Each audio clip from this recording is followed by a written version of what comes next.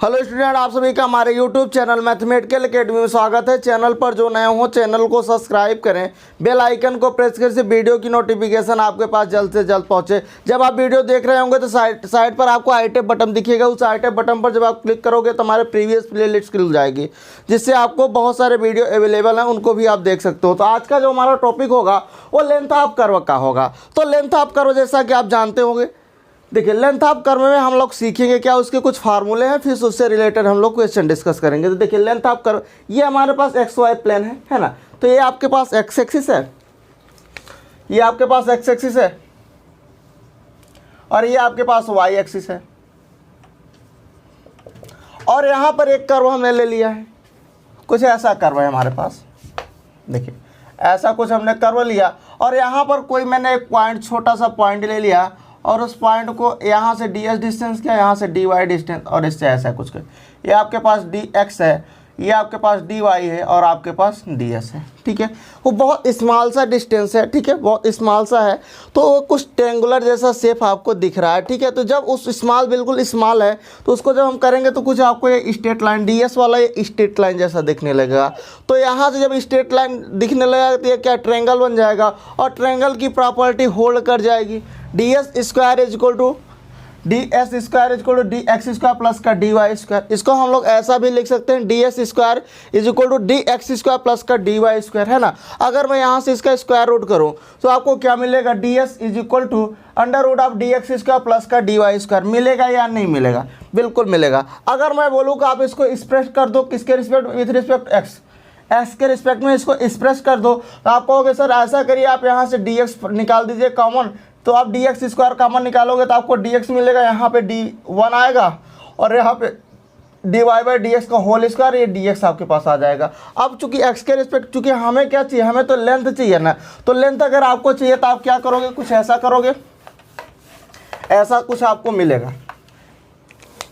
ये जो D S आया है इसको हम लोग ऐसा लिख सकते हैं या नहीं लिख सकते हैं, D S is equal to under root of D x का whole square plus D Y का होल स्क्वायर, है ना। मैं कह रहा हूँ आप यहाँ से क्या करो, डी, चूँकि किसके रिस्पेक्ट में एक्सप्रेस कर रहे हो, एक्सप्रेस्ड एक्स के रिस्पेक्ट में कर रहे हो, एक्स एक्सिस के रिस्पेक्ट में कर रहे हो, है ना। तो आप डी एक्स स्क्वायर निकालोगे तो आपको कुछ मिलेगा, d Y by d x का होल स्क्वायर, और यहाँ पर आपके पास आ जाएगा डी एक्स, है ना। तो ये जो डी एस है इसके स्थान पे हम लोग क्या लिख सकते हैं, अगर मैं एक्स के रिस्पेक्ट में इसके एक्सप्रेस करूँगा, तो अगर हमें एक्स के रिस्पेक्ट में करना है और हमें क्या चाहिए, हमें तो एल चाहिए ना, लेंथ चाहिए हमें। तो इस डी एस को जब हम क्या करेंगे, बोथ साइड इंटीग्रेट करेंगे, लिमिट कहाँ से लेंगे, एक्स की जो लिमिट है, एक्स की लिमिट क्या होगी, कुछ ऐसा हमारे पास कर्व था, और ये डी एस था, और ये डी वाई था, और ये ऐसा कुछ डी एस ये था, ये आपके पास डी एक्स था, ये डी वाई। तो एक्स की हम लोग लिमिट ले लेंगे, है ना, एक्स की। तो x equal a to b, है ना, और इसको मैं एस लिख सकता हूँ, है ना। इसको आप एस लिख सकते हो या नहीं लिख सकते हो? बिल्कुल लिख सकते हो, या इसको आप ऐसा कर लो, इंटीग्रेट करोगे तो ऐसा आएगा। इसका मतलब क्या है, लेंथ से है। इसका मतलब किससे है, लेंथ से है। Integral A to B under root of 1 plus D Y by D S का whole square into D S. ठीक है, अगर मैं y के रिस्पेक्ट में इसी को एक्सप्रेस करूंगा तो मैं यहाँ पे अब क्या कर दूंगा, अगर मैं y के रिस्पेक्ट में कर रहा हूँ तो यहाँ से मैं dy निकालना पड़ेगा। हमें क्या निकालेंगे, dy का होल स्क्वायर बाहर निकालेंगे तो हमारे पास क्या मिलेगा,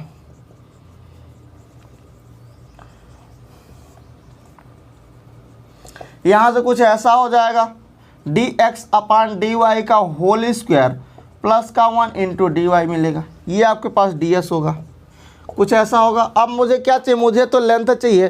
तो लेंथ चाहिए तो मैं लिमिट लगा दूंगा, है ना। कहाँ से, अब y की लिमिट यहाँ पर लगाना पड़ेगा, क्योंकि हम किसके रिस्पेक्ट में एक्सप्रेस कर रहे हैं, y के रिस्पेक्ट में कर रहे हैं, वाई एक्सिस के अलोंग कर रहे हैं, वाई एक्सिस पर कर रहे हैं ना, वाई एक्सिस के अलोंग कर रहे हैं।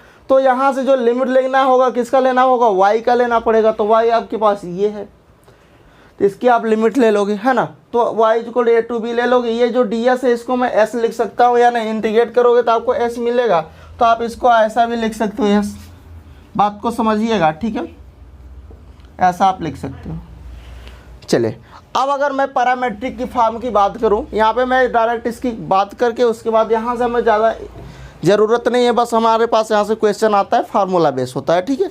तो मैं क्वेश्चन लेके आपको दिखा दूंगा, ठीक है। तो ये आपके पास फार्मूले हैं। अगर यहाँ पे पैरामेट्रिक में जो होगा वो किसका, एक्स जो होगा फंक्शन ऑफ टी होगा, वाई भी फंक्शन ऑफ टी होता है। तो ये आपके पास नोटेड है, एक्स क्या होगा फंक्शन ऑफ टी है, वाई भी फंक्शन ऑफ टी है। तो x is equal to phi of t, y is equal to psi of t है ना। अब मुझे क्या चाहिए, हमें d x by D t चाहिए। तो d x by D t कैसे निकालेंगे, d x by D T का होल स्क्वायर प्लस का D Y by D t के होल स्क्वायर से हम लोग फाइंड आउट कर लेंगे। जब आपके पास D S upon D T आएगा तो यहाँ से इस डी टी को मल्टीप्लाई करोगे तो आपको डी एस मिल जाएगा। और आपके पास क्या चाहिए, हमें तो लेंथ चाहिए ना। तो जब लेंथ चाहिए तो इंटीग्रेट करेंगे और लिमिट लगा देंगे। किसकी लिमिट लगाएंगे, टी की लिमिट लगाएंगे। किसकी लगाएंगे, क्योंकि हम लोग किस, एक्स भी हमारा फंक्शन ऑफ टी है, वाई भी हमारा फंक्शन ऑफ टी है। तो जो लिमिट आएगी, चूंकि यहाँ पर आपके पास टी आएगा तो लिमिट भी तो टी की आएगी। तो टी कहाँ से कहाँ वेरी कर रहा है, किसकी लेंथ चाहिए, टी की चाहिए ना, टी के रिस्पेक्ट में है। तो टी चाहिए तो T1 टू T2 कर देंगे, ठीक है। अब बात आती है पोलर की बात, इसको आप S भी लिख सकते हो, इज इक्वल टू S कर सकते हो, ऐसा आप नोटेट कर सकते हो, ठीक है। इसमें कोई दिक्कत की बात नहीं, क्योंकि S या तो आप जगह जगह बुकों पे L भी लिखा रहता है, ठीक है। तो या तो आप यहाँ पर ऐसा भी लिखा रहता है कि आर्क लेंथ, क्या लिखा रहता, सॉरी लिखा रहता length of curve is equal to L is equal to ऐसा कुछ लिखा रहेगा, L1 to L2 sorry T1 to T2 under root of D x by D T का होल स्क्वायर प्लस का D Y by D T का whole square into D T, ठीक है।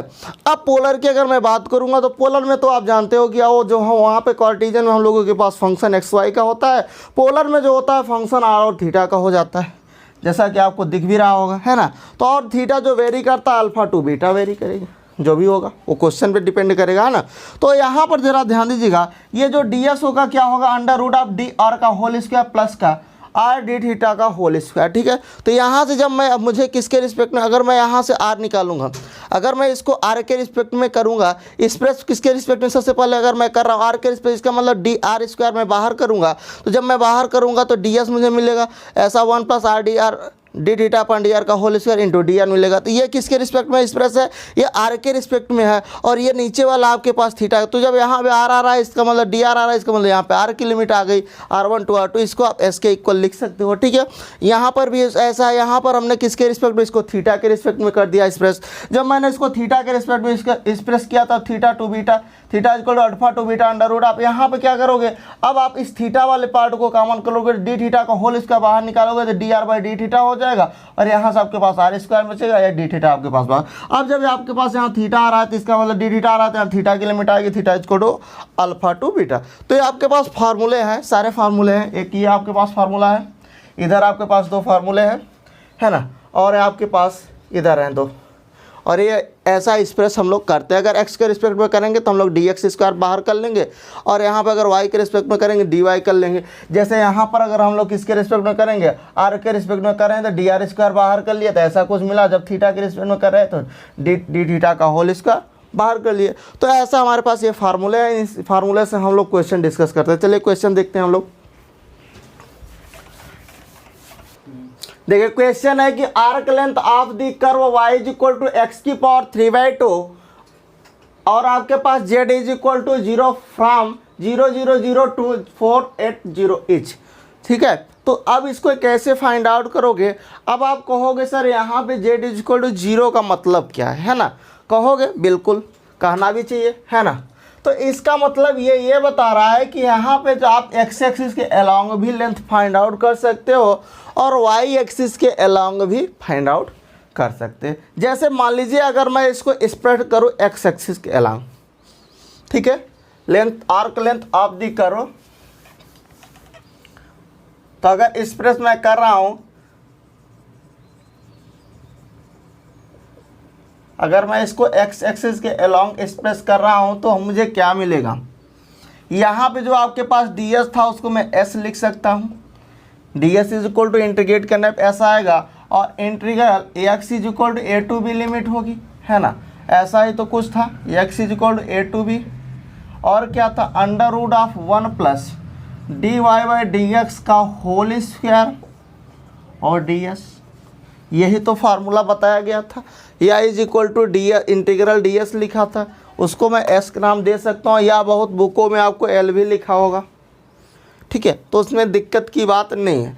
अब बात आती है सर यहाँ पे तो d Y by d x से ये कैसे निकालूँ। अगर यहीं पे मैं इसको एक्सप्रेस करने की कोशिश करूँगा वाई के रिस्पेक्ट में, तो देखिए क्या मिलेगा,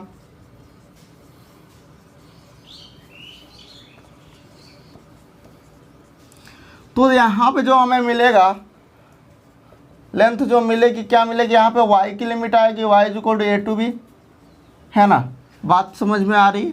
अंडर रूट ऑफ 1 प्लस यहाँ पे जो dy बाई डी एक्स मिलता था, यहाँ क्या मिलेगा, dx अपॉन dy का होल स्क्वायर इंटू dy। अब बात आती है सर लिमिट क्या लगाएंगे। यहाँ से आपके पास कर्व गिवन है, इस कर्व से अगर आप इसके रिस्पेक्ट में कर रहे हैं तो dy बाई डी एक्स निकाल लो, y के x के रिस्पेक्ट में डिफ्रेंशिएट कर दो। अगर आप dx अपॉन डी y के रिस्पेक्ट में एक्सप्रेस कर रहे हो तो आप इसको y के रिस्पेक्ट में डिफ्रेंशिएट कर दो, है ना, यही तो करोगे।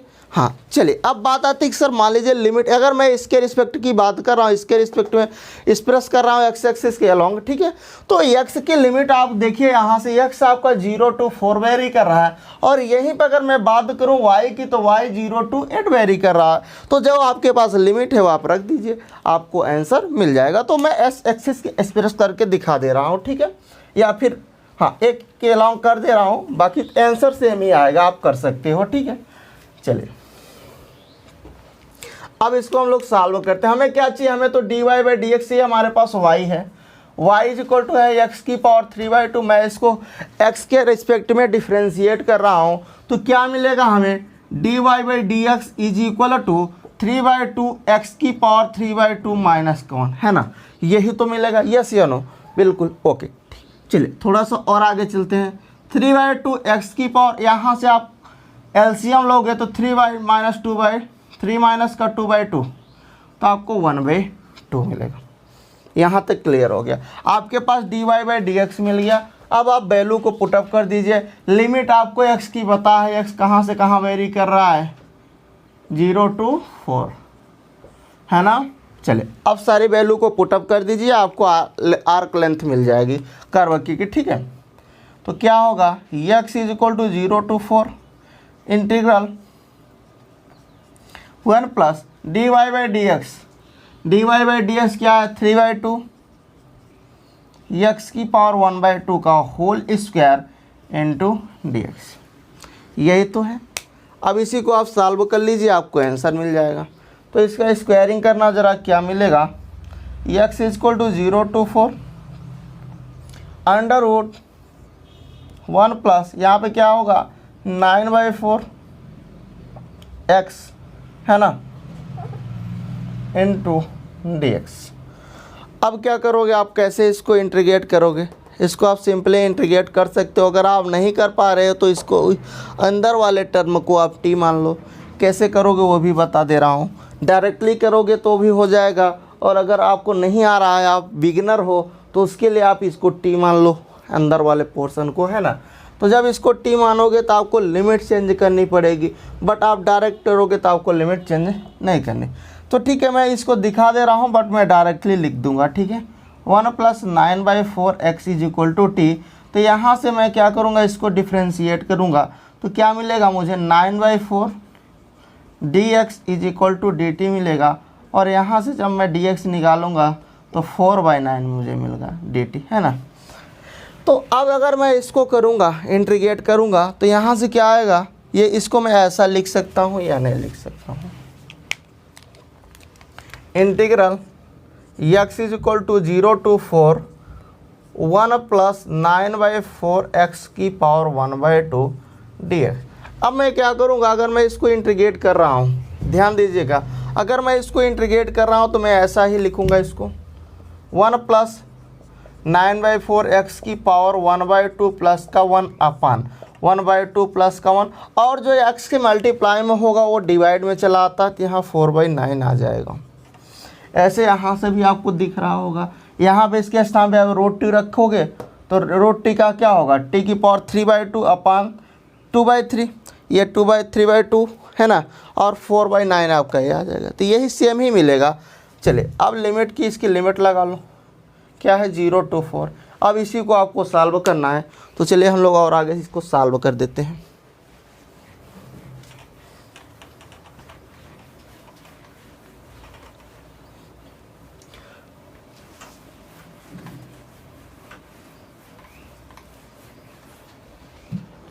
तो देखिए सॉल्व करेंगे तो क्या मिलेगा आपको, 4/9, ये आपका 3/2 है, ऊपर शिफ्ट हो जाएगा 2/3 हो जाएगा।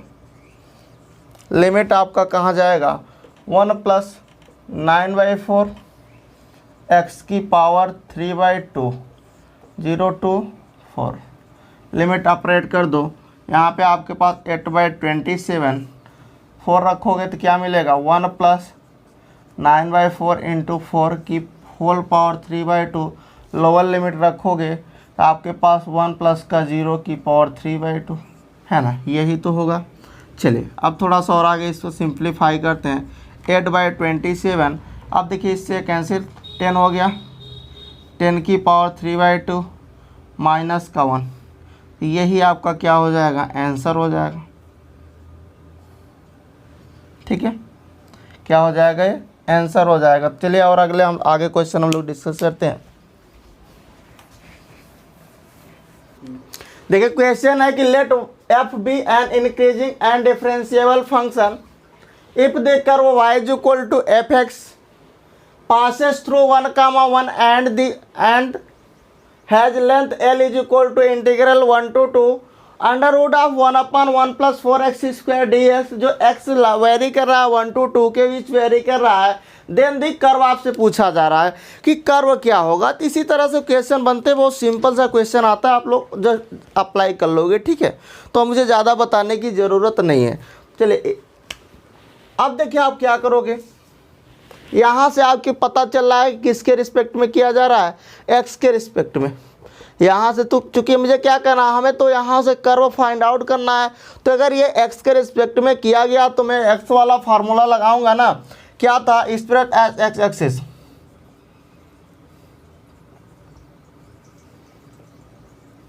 तो जो हमारे पास आर्क लेंथ का फार्मूला था, लेंथ ऑफ कर्व के लिए, है ना, क्या था वो s = या फिर आप l = लिख सकते हो integral x = a to b √1 + dy/dx का होल स्क्वायर इंटू dx, यही तो था। अब ज़रा ध्यान देना, अब आप इससे और इसकी कंपेयर करोगे तो आपको क्या मिलेगा, यहाँ से आपको पता चलेगा कि ये dy/dx का काम कर रहा है। क्या कर रहा है, ये dy/dx का काम कर रहा है। तो अब आप dy/dx यहाँ से निकालोगे तो क्या मिलेगा, ज़रा इसको एक बार और ऐसा लिख लो सिंप्लीफाई। L = 1 to 2 √1 + 1/2 x का होल स्क्वायर, ऐसा तो लिखोगे इसको। अब कंपेयर करो, आपको दिखेगा कि आपको यहाँ से dy/dx मिल गया। क्या मिला, dy/dx = 1/2x मिल गया। अब आप सेपरेट कर सकते हो x को x की तरफ, y को y की तरफ। तो मैं 2 को इधर शिफ्ट कर दे रहा हूँ, 2y = dx/x, both side integrate कर दे रहा हूँ। तो यहाँ से 2y = log x प्लस का c मिलेगा या नहीं मिलेगा, बिल्कुल।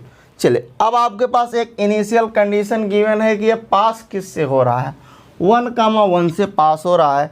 तो 1, 1 इस पर ज़रा पुटअप कर दीजिए, देखिए आपको क्या मिलता है। तो पासेस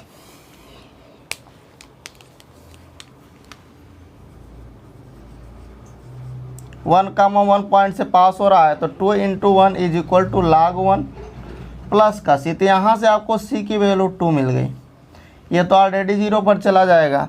तो ये जो c की वैल्यू आई है, आप इस फंक्शन जो आपके पास इस पर रख दीजिए। तो यहाँ से आपको क्या मिलेगा, यहाँ से आपको मिलेगा कि 2y = log x प्लस का 2, है ना, यही तो मिलेगा। c की वैल्यू आपके पास क्या आई है, 2 आई है, बढ़िया है। चले अब ज़रा ध्यान देना, आगे हम लोग क्या करेंगे इससे आगे। अब इसी को सिंप्लीफाई कर लो, तो y = क्या मिलेगा 1/2 log x प्लस का 1 मिलेगा या नहीं मिलेगा, ये डिवाइड कर देंगे, है ना। तो यहाँ 1 हो जाएगा, तो इसको हम लोग ऐसा लिख सकते हैं कि log x की पावर 1/2 प्लस 1। तो y = आपको क्या मिल जाएगा, log रूट का x प्लस का 1, यही आपका क्या हो जाएगा, कर्व हो जाएगा, और यही आंसर हो जाएगा। ठीक है, thank you, all the best.